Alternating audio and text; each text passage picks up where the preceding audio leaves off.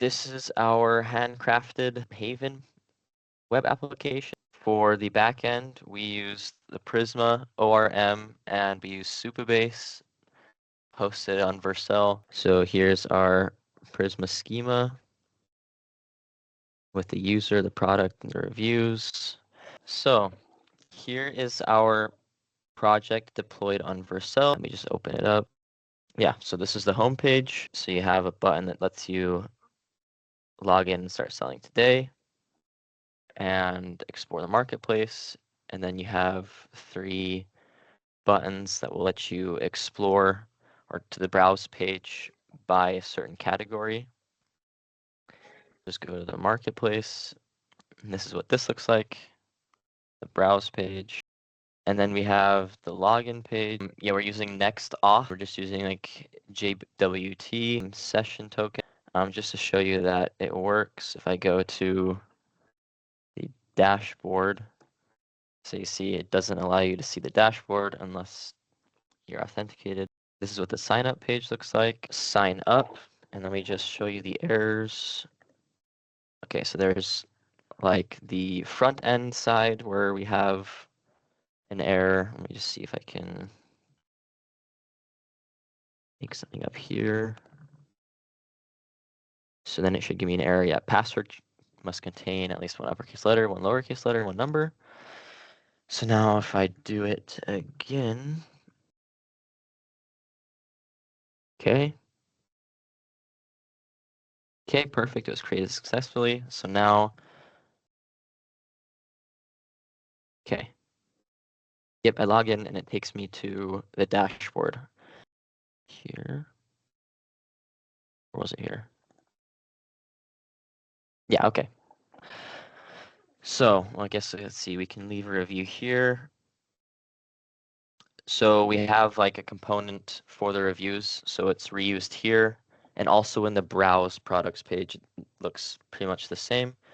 So here we can leave the rating and then also leave a comment. This is the best. And then it'll show a display of the reviews. So if I leave another one, this is so cool. Then it's a carousel, so it'll just show you the different reviews. Yeah, let me go to the browse page to show them that it's there. So just look at this one. So we got a review already. This one doesn't have a review yet, but yeah, we can leave a review. So yeah, here's the overview page. All products, and then all artisans. And we can also from here list a new handmade item. Okay. So here we can view all the artisans. All right, my name is Judy Hansen, and I'm going to showcase how we implemented Tailwind as our CSS or our styling, and also how we added pagination to our application. So let me go ahead and show you here how you can, if you have more than 8 products, then it will take it to the next page. And here you can see by clicking on the next arrow, it takes you to the next page. The page that you're in will be highlighted in blue, which is one of our main theme colors. And the page that is not in will be muted into like a dark gray color, and so on. And the page browser, we imported a component called pagination from the UIs, and then we added it to the pages that we needed to import it into. So we imported it here. We made some changes to the functions that brings up the page. We added the search params. Here we go. We added the search params to it, and then we added it to the return HTML right here.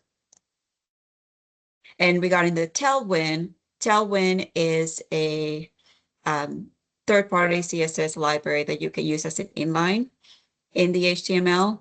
So usually you will have a Tailwind config, and then you utilize it in the global CS. And here you create the themes. Themes are the defaults that you can utilize throughout the application.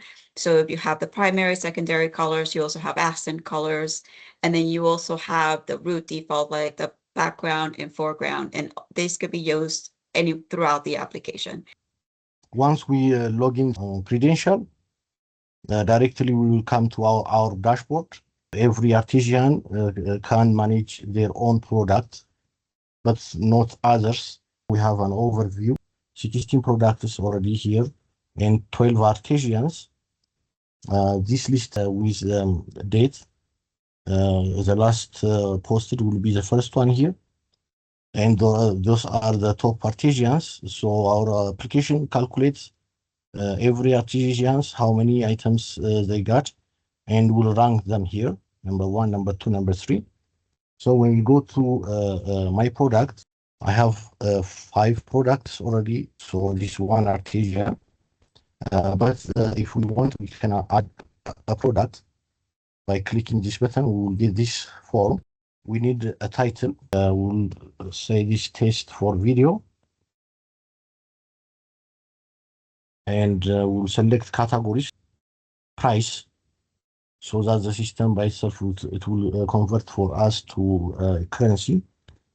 We need also some short description about our traditional product so that users can easily understand what the product is. Put upload some pictures. The user will prompted with these 2 alternatives. The first one is directly they can put their URL of that picture and they can upload it and create the product. But we have also another drag and drop method. So we'll try that one. So directly if we click, all right. So we have installed the uploading package, API key for uploading. So when the upload was finished, then we can create our product. So our product is already added. Here, as we can see, this one is added with a test for video with $27. So we can edit this product in every field. Then we'll try to delete our product. If artisan have a message, directly the message will be appear here. If something goes wrong, some help and support pages here so that we can have plenty of information. Let's skip this one and let's sign out. Sign out will get us to the login page. As normal user visit our website, directly they come here and they can explore any products they have. And also here we can see we can search a product with their titles. For example, let's say we had a test. So this is test. The titles are test here. As the user clicks on the product, directly will go to the review page. If the user want to contact the artisan so that they directly share information, they can click here. And for every product, the artisan address and other necessary information are here. And also the user can email from here. And so I can showcasing the challenges that we had with this project. The issue with time zones, we struggled a bit with, because of the difference in time zone, we had to agree, but we were able to have a consensus on when we can meet regularly to complete this project. And also, when you are coordinating on a project, someone is doing one part and someone is doing the other. So bringing that together can sometimes be a challenge. I remember one time I was working on something and Mika was also working on the same thing, but we were able to bring it together. So Judy was helping us to always indicate that we are working, or indicate on the board what we are working on. And so I can say by working together on this project, we have learned a lot about collaboration